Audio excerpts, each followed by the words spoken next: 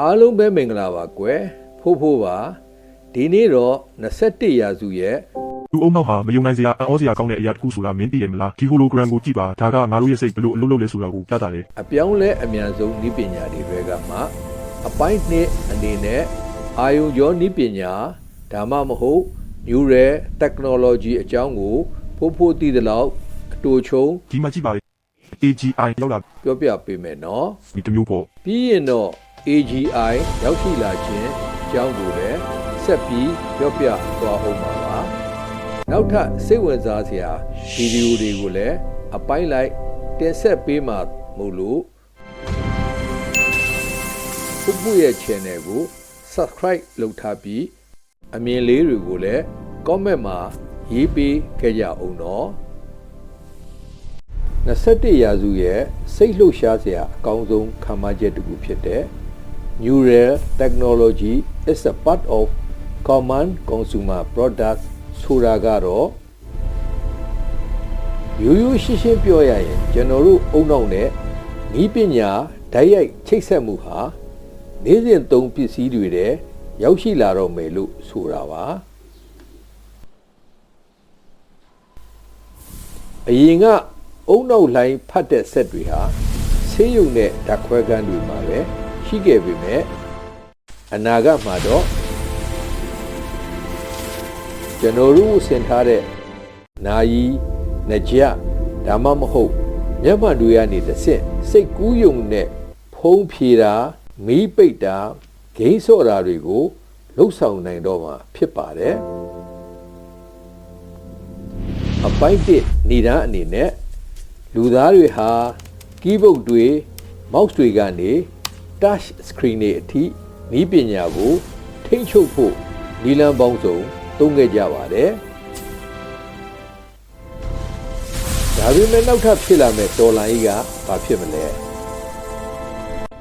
အဲ့ဒါက Neural Technology ပါပဲစိတ်ကူးကြည့်လိုက်ပါခလုတ်တစ်ခုကိုနှိပ်เสียမလို့ပဲစကားတစ်ခုမှပြောเสียမလို့ပဲတင်းရဲ့စိတ်အာရုံတစ်ခုတည်းနဲ့ပတ်ဝန်းကျင်ကိုထိန်းချုပ်နိုင်မယ်ဆိုရင်ရောဒါကသိပ္ပံဝတ္ထုမဟုတ်တော့ပါဘူး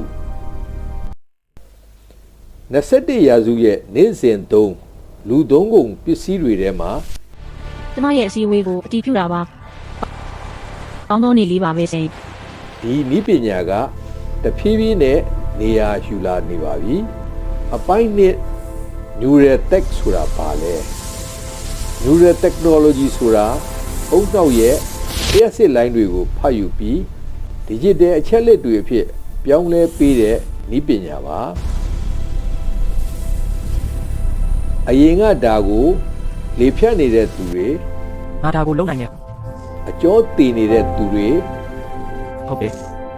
အာယုံကြောဆဲထပ်သွင်းခြင်းကအုံနောက်ချက်ပြတ်မှုတွေကိုလှုပ်ရှားမှုဖြစ်ပြောင်းလဲပေးပါတယ်လက်စားတော်တဲ့နဲ့တွဲဖက်ထားရင်တဘာဝအတိုင်းလက်လျှောက်နိုင်စေပါတယ်ပြန်လည်လှုပ်ရှားနိုင်ဖို့အတွက်ပဲ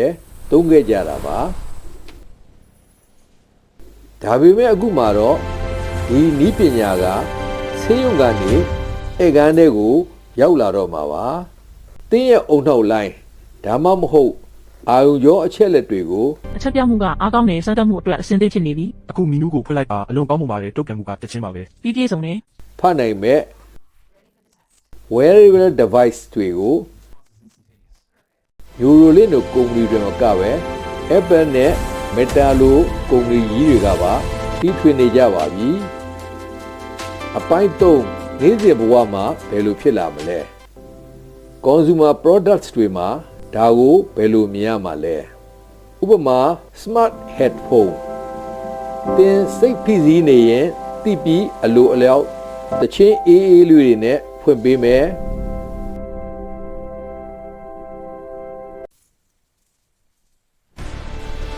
gaming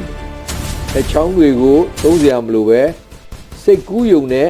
ဂိမ်းတွေကလောက်ကောင်ကိုလှုပ်ရှားစေမယ် smart home ဒီဖွင့်လိုက်ပါအိမ်ပြောင်ရောက်လို့မီးဖွင့်ញင်တဲ့အခါစိတ်ထဲကရွယ်လိုက်ုံနဲ့မီးပွင့်လာမယ်ဒါအစင်ပြုံနေမကပါဘူးလူသားနဲ့ဆက်ပစ္စည်းကြကအတားအဆီးတွေကိုအပီးအပိုင်းဖ ဖျက်ဆီးပစ်လိုက်တာပါအပိုင်းလေးစိန်ခေါ်မှုနဲ့စိုးရိမ်မှုများဒါပေမဲ့အကျွေးစေးတိုင်းမှာအနောက်ဖက်ရှိပါတယ်တစ်ဖက်ကကြည့်ရင်ခေါင်းတစ်ဖက်ကကြည့်ရင်ပန်းကျွန်တော်တို့ရဲ့အတွေးတွေဟာကိုယ်ပိုင်လွတ်လပ်ခွင့် privacy အဖြစ်ရှိနေအောင်မလား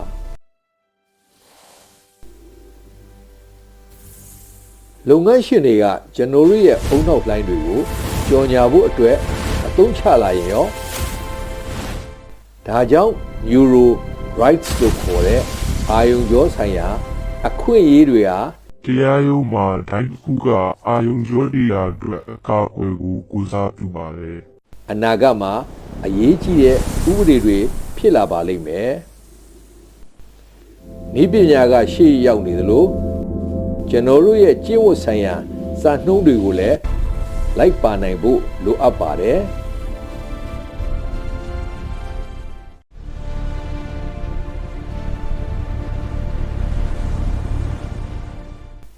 အပိုင်းကနိဂုံးအချုပ်အဖြစ် neural technology ဟာဖုန်းတွေ laptop တွေလိုပဲ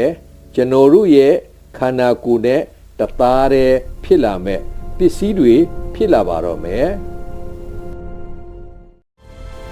အစင်းသင်းဖြစ်ပြီလားကျွန်တော်တို့ရဲ့အတွေးတွေကကဘာကြီးကိုဓာတ်ရိုက်ပုံဖော်မဲ့ခေတ်ကိုရောက်ရှိလို့နေပါပြီ21ရာစုအတွက်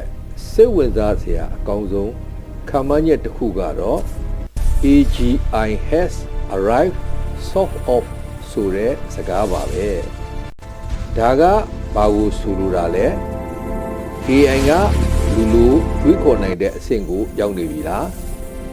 ဒါမှမဟုတ်ရောက်လာမဲ့အဆင့်နာကိုပဲနှိကပ်နေပြီလားဒီဗီဒီယိုမှာ AGI ဆိုတာဘာလဲမင်္ဂလာပါအတူအယောင်ထွေထွေဉာဏ်ရည်ကိုလေ့လာကြည့်ရအောင် AGI ဆိုတာဒီစနစ်တွေကလူသားတွေထက်အလုံးများစုမှာပိုပေါအောင်လုပ်ဆောင်နိုင်တယ်လို့ကိုးစားပြုပါတယ်။ဘာကြောင့် sort of လို့ပြောတာလဲဆိုတာကိုလွယ်လွယ်ကူကူနဲ့ရှင်းပြပေးပါမယ်။ AGI ဆိုတာက Artificial General Intelligence ဆိုတဲ့စကားရဲ့အတူကောက်ပါ။အဓိပ္ပာယ်ကတော့လူသားတစ်ယောက်လိုနယ်ပယ်စုံမှာသင်ယူနိုင်တဲ့အထွေထွေသုံးဉာဏ်ရည်တုဖြစ်ပါတယ်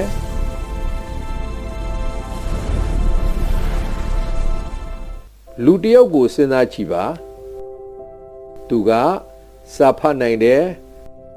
Okay အိမ်ပြန်ရောက်တော့မယ်ကားမောင်းနိုင်တယ် ညစာချက်ရမယ့်အချိန်ရောက်ပြီဟင်းချက်နိုင်တယ်တင်ချာတွက်နိုင်တယ်နယ်ပယ်အမျိုးမျိုးမှာတင်ယူပြီးလှုပ်ဆောင်နိုင်ပါတယ်ဘာမဆိုကျမကန်တွင်နိုင်ပါတယ်ကျမရဲ့ဆွေဆောင်ရမှုကကျမရဲ့အစွမ်းတတိဖြစ်ပြီးအားလုံးကိုတုံးနေရင်ဆိုင်ပါတယ် AGI ရဲ့အဓိကအယူဆကတော့ AI ကိုလူလိုအလုပ်မျိုးစုံလုပ်နိုင်တဲ့ဉာဏ်ရည်ဖြစ်အောင်ဖန်တီးခြင်းပါဒါပေမဲ့လက်ရှိမှာကျွန်တော်တို့အသုံးပြုနေတဲ့ AI တွေကတော့ narrow AI လို့ခေါ်ပါတယ်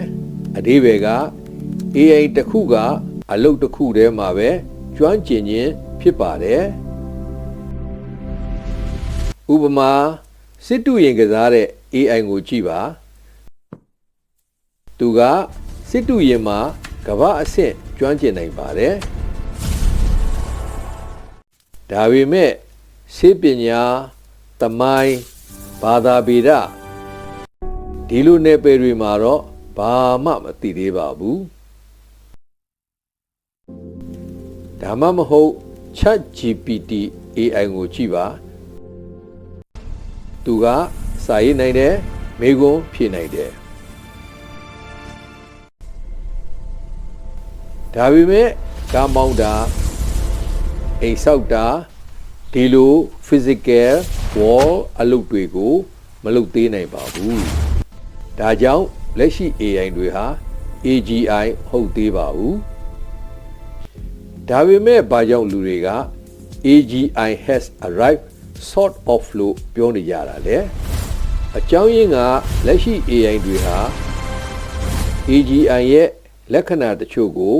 စတင်ပြသနေပြီးဖြစ်လို့ပါ ပထမတစ်ချက်ကနေပယ်စုံမှာကျွမ်းကျင်လာခြင်းလက်ရှိ AI တွေဟာစာပေသင်ချာ programming သိပ္ပံနေပယ်ပေါင်းစုံမှာတော်တော်လေးစွမ်းဆောင်လာနိုင်ပါတယ်ဒုတိယတစ်ချက်ကပြဿနာအသစ်တွေကိုဖြေရှင်းနိုင်လာခြင်း AI ဟာမမြင်ဘူးသေးတဲ့ပြဿနာတချို့ကိုလည်း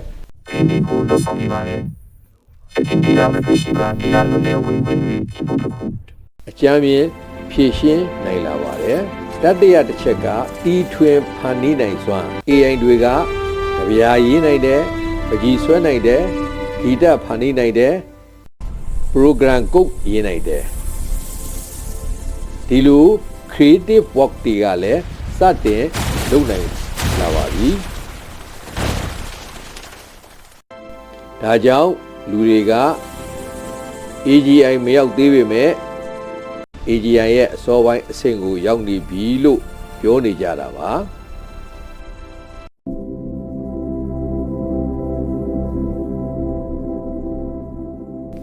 ဒါပေမဲ့ AI တွေမှာအရေးကြီးတဲ့ကန့်သတ်ချက်တွေရှိနေပါသေးတယ်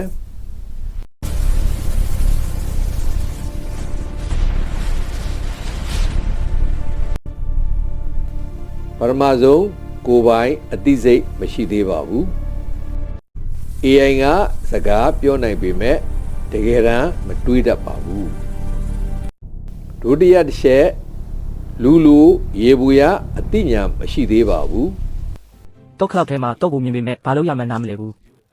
တော့ကိုတော့ထဲထည့်ပြီးလှည့်လိုက်ရုံပဲ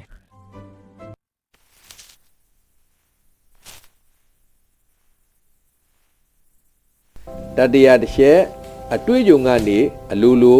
သင်ယူနိုင်စွမ်းအပြည့်အဝမရှိသေးပါဘူး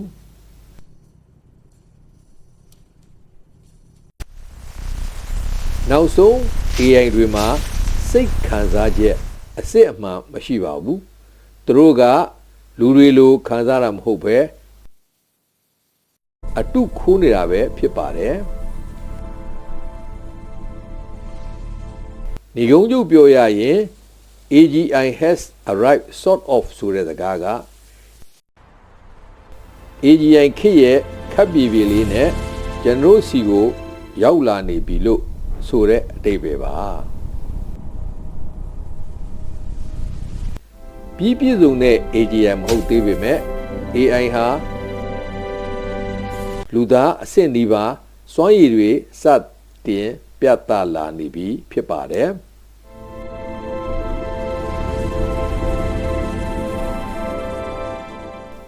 နောက်ထပ်နှစ်အနည်းငယ်အတွင်းမှာပိုအဆင့်မြင့်တဲ့ AI တွေပေါ်လာနိုင်ပြီး metric တွေချိန်ကြည့်ပြီး အတီးဖြူပြီးခံမှန်းချက်တွေကိုအကောင်းဆုံးဖြစ်အောင်လုပ်ထားတယ်ကောင်းပြီဆက်လုပ်ကြရအောင်တာဝန်တွေစတင်ပြီလူသားတွေရဲ့အလုပ်လုပ်ပုံတင်ယူပုံဘဝပုံစံအားလုံးကိုအကြီးအကျယ်ပြောင်းလဲသွားစေနိုင်ပါတယ်မိကုန်းကတော့ AGI ခေတ်ကိုကျွန်တော်တို့ဘယ်လိုကြိုးဆိုကြမှာလဲအရင်အပိုင်းတစ်တုန်းကအိဆာကနေ့စဉ်ဘဝရဲ့အစိတ်အပိုင်းဖြစ်လာပုံကိုကြည်ပြီးသူတွေလည်းမိမိတို့ဝါသနာပါရအလိုက်ဆက်လက်လေ့လာနေကြပြီလို့ဖို့ယူဆပါတယ်ကွယ်အခုအပိုင်းနှစ်မှာလည်းဒီ neural technology နဲ့ AGI အကြောင်းတွေကို အစိပ်ပိုင်းတိုင်းချိတ်ဆက်ပြီးမြို့နယ်စရာတစ်ခုခုကိုတိစောက်တဲ့ကျေပြန့်တဲ့ကွန်ရက်တစ်ခုကိုမြင်အောင်ကြည့်ပါတင်းငယ်တဲ့အရာကနေစတင်ပေမဲ့ပိုကြီးတဲ့အရာတစ်ခုဖြစ်လာပါတယ်ဖို့အချင်းချင်းပြောပြတာကိုနားထောင်ပြီးခေတ်သစ်ရဲ့လာရကိုသဘောပေါက်သွားလိမ့်မယ်လို့ယုံကြည်ပါတယ်ဗျာဒါကြောင့်လူငယ်တွေအနေနဲ့ဒီတဲ့ပူသေးစိတ်နိုင်သလောက်လေ့လာကြဖို့တိုက်တွန်းခြင်းနဲ့ wake up အခုခေတ်မှာဘယ်မှာလေ့လာရမလဲဆိုတာကိုဖို့ပြောစရာမလိုတော့ပါဘူးဖို့ကသတိပေးခေါင်းလောင်းလေးတစ်ချက်လောက်ပြီးပေးလိုက်ရုံပါပဲရှင်းလူကြီးတွေပြောသလိုအလိမ္မာစာမရှိဆိုပေမဲ့အခုတော့စာကြည့်တိုက်ကိုအဝေးကြီးသွားစရာမလိုတော့ဘူးเนาะကို့ဖုန်းထဲကွန်ပျူတာထဲမှာ screen time ကိုအကျိုးရှိသုံးလိုက်မယ်ဆိုရင်ပညာတွေကမျက်စိရှေ့မှာအစင်သင့်ပဲလေလူပြုမှုကိုနားလည်ခြင်းဟာစောင့်ကြည့်ခြင်းကနေစတင်ပါတယ် အဓိကမူတွေကိုလေ့လာကြည့်ရအောင် ပညာရက်တွေကခြေပြန့်လာသလိုဘယ်မှာလေ့လာမယ်ဆိုတာလည်းသိနေကြပြီအခုလိုအချိန်မှာအိပ်ဆက်ချိန်နဲ့ကျန်းမာရေးအတွက်ဖယ်ပြီးရင်ကျန်တဲ့အချိန်ကိုဝင်ငွေရှာချိန်နဲ့တင်ယူချိန်ဆိုပြီးအချိုးကျကျသုံးတတ်ဖို့ပဲလိုတော့တာပါ ငါချစ်လေးငါမင်းကိုပေးနိုင်တဲ့အကောင်းဆုံးအကြံဉာဏ်ကတော့မင်းရဲ့နှလုံးသားကိုလိုက်နာဖို့ပါပဲဒါကမင်းကိုဘယ်တော့မှလမ်းလွဲစေမှာမဟုတ်ဘူးနှုတ်ဆက်ပါရဲ့ငါချစ်လေးငါတို့ရဲ့အနာဂတ်ကိုပြီးဆိုင်ပါ အခုလိုအခြေခံဗဟုသုတတွေကိုရဖို့ဖိုးဖိုးရဲ့ channel ကို like and subscribe လုပ်ထားပေးကြအောင်နော်လူငယ်တွေလည်းကိုယ့်အနာဂတ်နဲ့ကဘာကြီးကိုကာကွယ်ဖို့အစွမ်းကုန်စူးစမ်းနိုင်ကြပါစေကွယ်